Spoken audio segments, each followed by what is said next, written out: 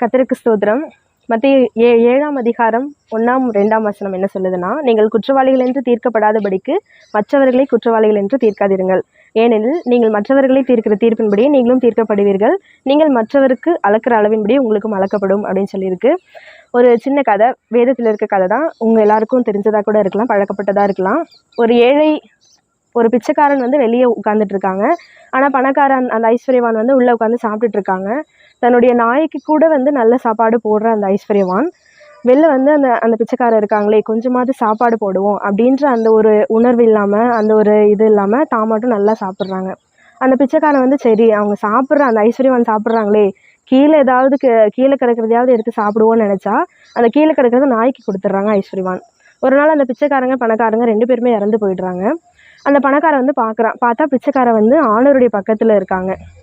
என்ன ஆண்டவரே, பிச்சைக்காரனை போய் உங்கள் பக்கத்தில் வச்சுக்கிட்டீங்க, என்ன வந்து இவ்வளோ இப்படி தள்ளி விட்டுட்டீங்களே, கை விட்டுட்டீங்களே அப்படின்னு சொல்லிட்டு அந்த ஐஸ்வர்யவான் கேட்கும்போது, ஏன்பா நீ வந்து நல்லா சாப்பிட்டியே, இந்த பிச்சைக்காரன் வந்து வெளியே உட்காந்துருக்கும்போது ஒரு வாய் சாப்பாடு கொடுக்கணும்னு உனக்கு தோணுச்சா, நீ அவனை வந்து கண்டுக்கல, அதனால நான் உன்னை கண்டுக்கலப்பா அப்படின்னு சொல்லிட்டு ஆண்டவர் சொல்கிறாராம். அதான் 2ஆம் வசனம் சொல்லுது, நீங்கள் மற்றவர்களுக்கு அளக்கிற அளவின்படியே உங்களுக்கும் அளக்கப்படும் அப்படின்னு சொல்லிட்டு சொல்லுது.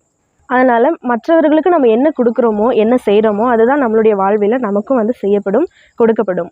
நமக்கு வர வருமானம் நமக்கே சரியாக இருக்கேப்பா, எங்கே நான் போய் மற்றவங்களுக்கு கொடுக்குறது அப்படின்னு நீங்கள் யோசிக்கலாம். அதுக்காக நம்ம வந்து இப்போது சண்டே லீவ் இருக்குது, சண்டே ஒரு நாள் நல்லா ஃப்ரீயாக இருக்கலாம்னு சொல்லிட்டு நம்ம ஃபேமிலியோட வெளில போகாமல் இருக்கோமா, இல்லை வந்து நம்மளுடைய ஃபோனுக்கான தேவைகள், ஃபோனுக்கு வந்து எப்படியும் கண்டிப்பாக மாதம் 250 ரூபா 200 ரூபா அந்த ரீசார்ஜ் பண்ணியே தான் தீர்றோம். இல்லை அது பண்ணாமல் இருக்கோமா, இல்லை மற்ற வீண் செலவுகள் எதுவும் பண்ணாமல் தான் இருக்கோமா, அந்த வீண் செலவுகளை கொஞ்சம் குறைச்சிட்டு ஏழைகளுக்கு இல்லாதவர்களுக்கு நம்ம வந்து கொடுக்க முயற்சி செய்யணும்.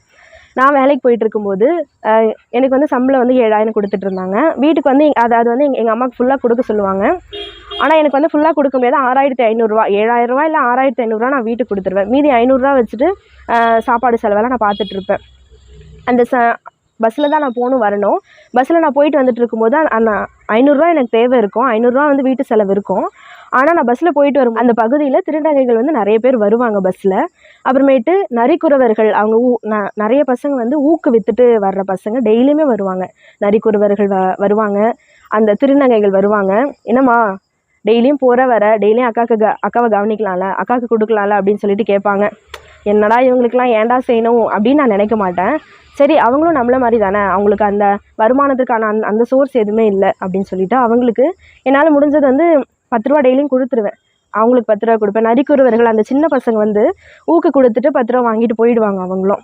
ஸோ நமக்கு வந்து தேவையே இருந்தாலும் அந்த தேவையின் மத்தியில் நமக்கு வந்து மற்றவங்களுக்கு செய்யணும். நம்ம அனாவசியமாக நிறைய செலவு பண்ணுறோம். அந்த செலவுகளை கொஞ்சம் குறைச்சிட்டு இல்லாதவங்களுக்கு நம்ம கொடுக்க பிரயாசப்படுவோம். கர்த்தர் நம்மை ஆசீர்வதிப்பார். ஆமென். ஆதாரம் நீர்தான் ஐயா, எந்தன் ஆதாரம் நீர்தான் ஐயா,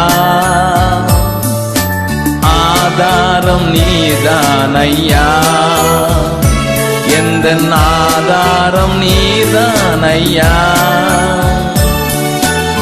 ஆதரவின்றி அலைந்திடும் எனக்கோர் ஆதாரம் நீர்தான் ஐயா,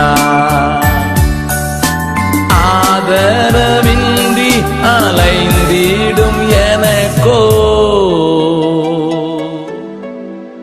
ஆதாரம் நீர்தான் ஐயா.